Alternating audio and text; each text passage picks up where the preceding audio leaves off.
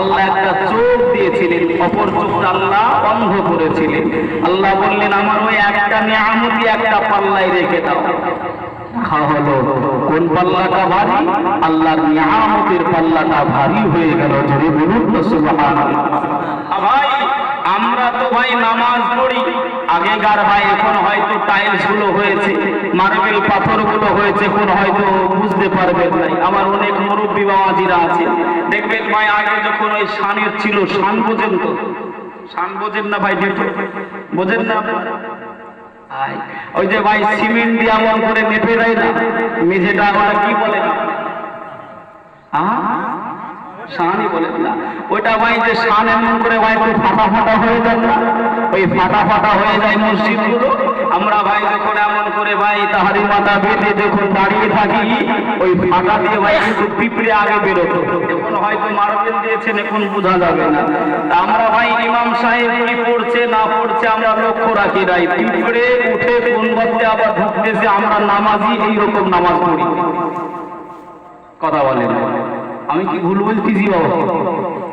আমাদের ভাই নামাজের ধ্যান ধারণা রকম ভাবে থাকেন। আমরা নামাজ পড়তে আসি মাঠে ভাই এমন করে মরিচ গাছে কি মেঘ লেগেছে, বাড়িতে এমন করে ভাই পানি চলে আসলে বিপদ হবে। পাট রয়েছে, ধান রয়েছে, খেতলে আছে নাকি, চিন্তা আসে না? আসে না। আমরা তো ভাই ওই রকম নামাজ।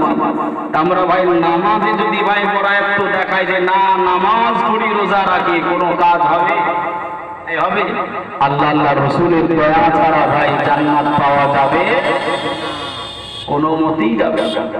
তো ভাই সেই মহাব্বতের কথাই আমি আপনাকে বলছি ভাই, যে জান্নাত এমন করে ভাই আপনি যাবেন বা আমরা যাবো, সবাই মনে মনে করি যে হাউসে কৌসারের পানি আমরা সবাই মনে মনে করি বা আশা রাখি পান করবো। ভাই যিনি এমন করে জিনাকে দান করা হয়েছে, জিনাকে মালিকও বানানো হয়েছে, ভাই তাকে যদি আমরা চিনতে না পারি, ভালো না বাসতে পারি, তাকে যদি মহাব্বত না করতে পারি, আমাদের ভাই মরণের পরে কোনো উপকৃত হবে বলে মনে হয়?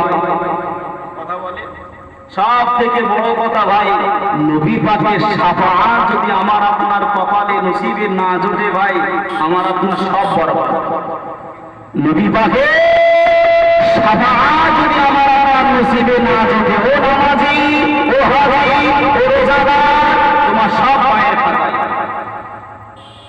নামাজ রোজার বদৌলতে ভাই তুমি ফকর করলে হবে ভাই। ও বাবাজি, সোনার মালিকেরা, জওয়ানেরা, ও যুবকেরা, ও আমার আম্মা জান, বোনেরা, বাবারা, বুঝি